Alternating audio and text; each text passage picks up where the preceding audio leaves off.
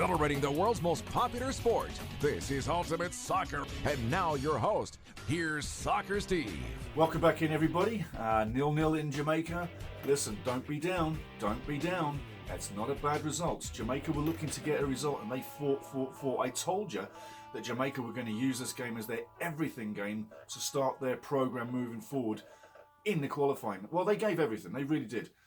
No goals, but they gave the physical battle. That physical battle that I was telling you about, it was ever present all game long.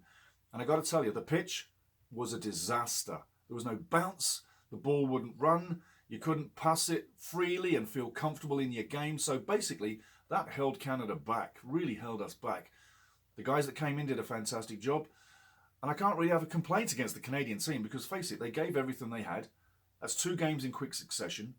And I think that we really have to remember where we've come from in such a short time in Canada and where we are right now. I mean, come on.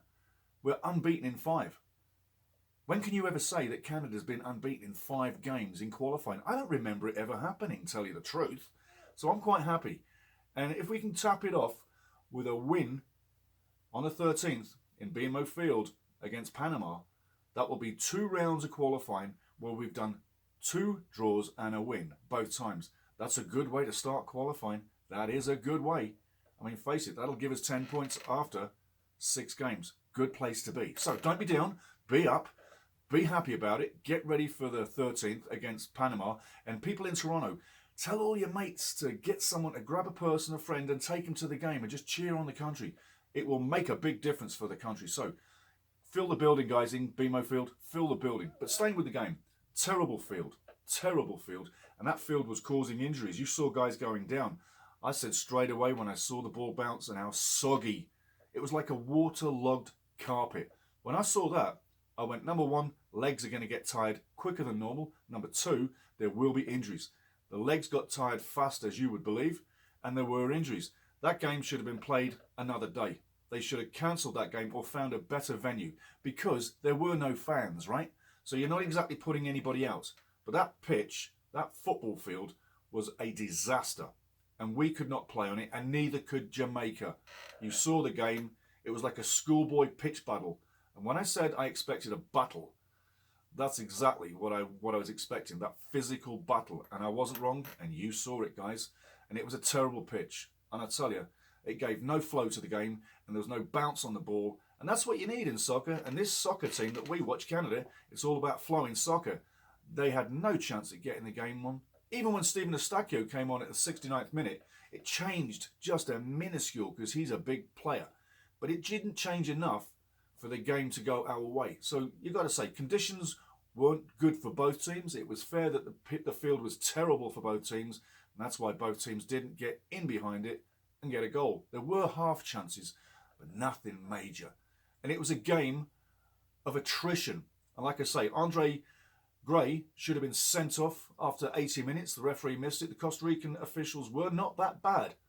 But the referee in particular did miss a few results on the day, i.e. a big result for Canada would have been the red card for Andre Gray.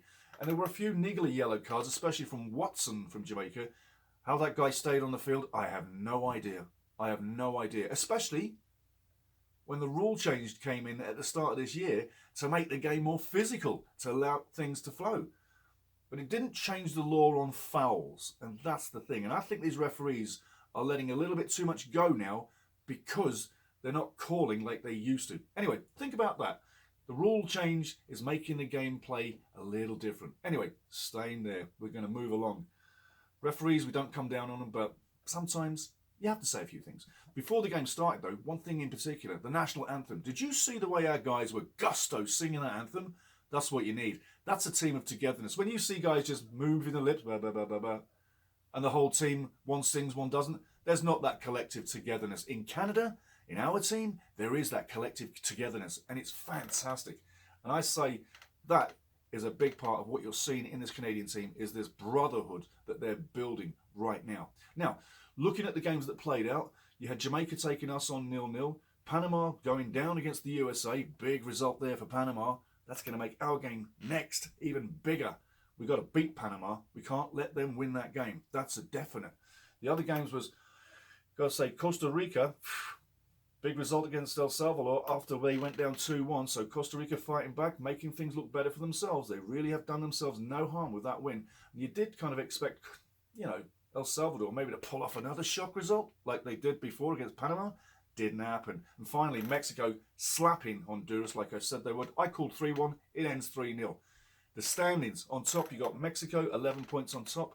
You've then got the USA on 8. You've got Panama on 8. Canada on 5. Then you've got Costa Rica on 6. El Salvador on 5, and then you've got Honduras on 3. And lowly Jamaica on 2. Jamaica's in trouble. Honduras is in trouble. I think the signs are on the wall.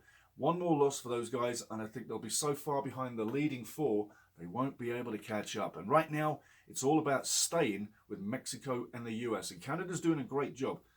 Great job. When you think that we are on 7 points, 4 points behind Mexico, yeah, and just a point behind the US, we're doing fantastic. So keep it there. Next game is Panama. It's a massive game, guys. We need that win. And we need that win badly.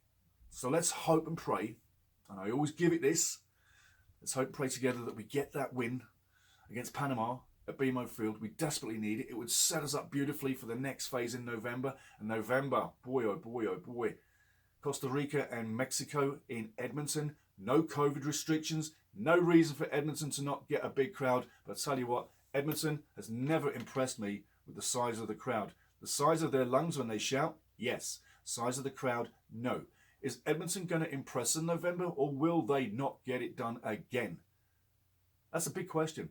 Will the crowd in Edmonton be a Hispanic crowd, or will it be a Canadian crowd? I think Canada's got a long way to go in the fan base in Edmonton, because the fan base for the Canadian national team is in Toronto, and it's at BMO Field, and it's the Voyagers, and it's the Red Patch Boys, and it's the youth sector, and it's Canadian fans, all in that end on the south side of the field.